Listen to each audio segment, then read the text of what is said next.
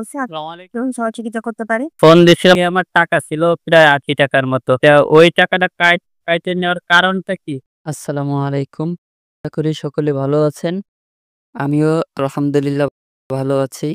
এখনো যারা আমার চ্যানেলটি সাবস্ক্রাইব করেননি, অবশ্যই চ্যানেলটি সাবস্ক্রাইব করে রাখবেন। আর যারা সাবস্ক্রাইব করে রেখেছেন তাদেরকেও অনেক অনেক ধন্যবাদ। বাংলালিংক সিমের প্রতিনিধি বা কাস্টমার কেয়ারে কোন কোডটি ডায়াল করে কথা বলবেন সে প্রসেসটি আমি আপনাদের দেখিয়ে দেবো এবং সরাসরি কথা বলবো আমি। 121 ডায়াল করলাম আমি। আমার যে বাংলালিংক সিম আছে সে বাংলালিংক সিম দিয়ে আমি কল দিচ্ছি। আপনারাও এই কোডটি ডায়াল করে কল দিবেন। তাদের যে কথা আছে কথাগুলি অবশ্যই মনোযোগ দিয়ে শুনবেন এবং তারা কি বলে সেটি শুনে সেই কোড অবশ্যই আমাদের ডায়াল করতে হবে। বাংলালিংকে স্বাগতম। 25 মিনিট 20 টাকায় প্যাকটি 2 দিন মেয়াদে চালু করতে 1 চাপুন। 40 মিনিট 30 টাকায় প্যাকটি 3 দিন মেয়াদে চালু করতে 2 চাপুন। 1.5 জিবি 58 টাকায় প্যাকটি 24 ঘন্টা মেয়াদে চালু করতে 3 চাপুন।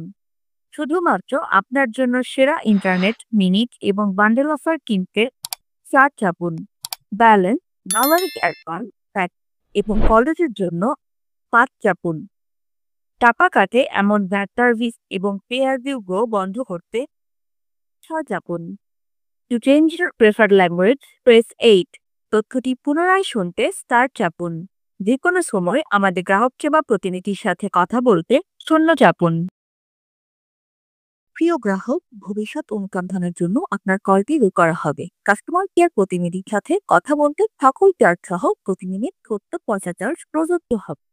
নিশ্চিত করতে 1 চাপুন অথবা বাতিল করতে 2 চাপুন।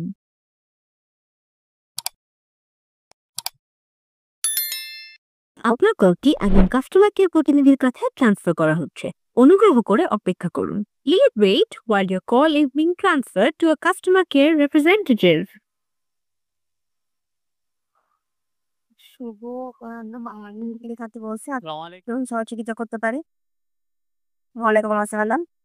আপা ফোন দিছিলাম, মানে আমি তো রিচার্জ করছি, লোন ছিল, লোন কাইটে নিছে। এর আগে আমার টাকা ছিল প্রায় ৮০ টাকার মতো। ঠিক আছে? ওই টাকাটা কাইটে নেওয়ার কারণটা কি? অবশ্যই ট্রান্সফার দিকে সমাজমেন্ট চেক করে দেখে জানাচ্ছি যে আপনার নাম্বারে কোনো প্রকার বিস্তারিত চালু করা আছে তো অবশ্যই বন্ধ করে দিন। ওকে জানাবেন কখন এবং কত টাকা কেটে নেওয়া হয়েছিল। টাকা কেটে নেওয়ার আগে এবং পরে অবশ্যই আপনার কত টাকা ছিল। টাকার মতো ছিল আগে। আগের আপনি মোট কত টাকা রিচার্জ করেছেন? আজকে তো 20 টাকা রিচার্জ করছি।